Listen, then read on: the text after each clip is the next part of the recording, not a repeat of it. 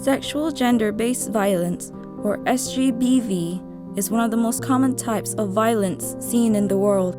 Every day, sexual gender-based violence affects women, girls, boys, trans people, and even men. SGBV happens when someone harms or hurts you because of your gender or sexual orientation. SGBV involves power over someone because of their gender identity, gender expression, and gender stereotypes.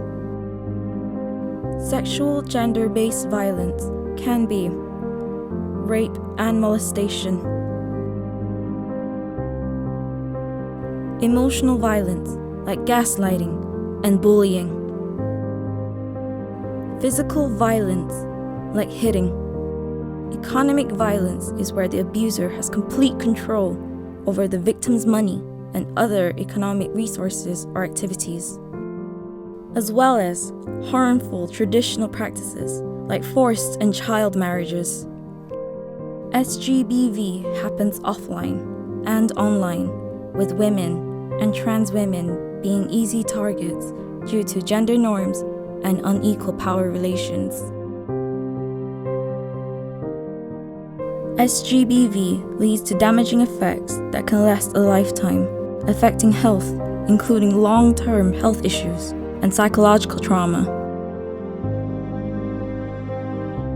SGBV also impacts the economy negatively, reducing women's participation in education, employment, and public life, causing a dip in the country's productivity.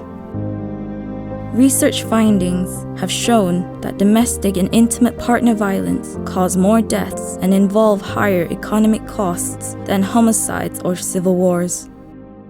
In 1995, Malaysia ratified the Convention on the Elimination of All Forms of Discrimination Against Women, CEDAW, the International Bill of Rights for Women. This means that there is a state obligation to respect, protect, and fulfill women's rights and gender rights, to non-discrimination and the enjoyment of substantive equality.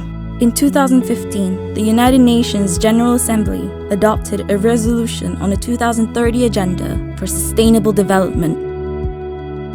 Goal 5.2 aims to eliminate all forms of violence against women and girls in public and private spheres, including trafficking and sexual and other types of exploitation.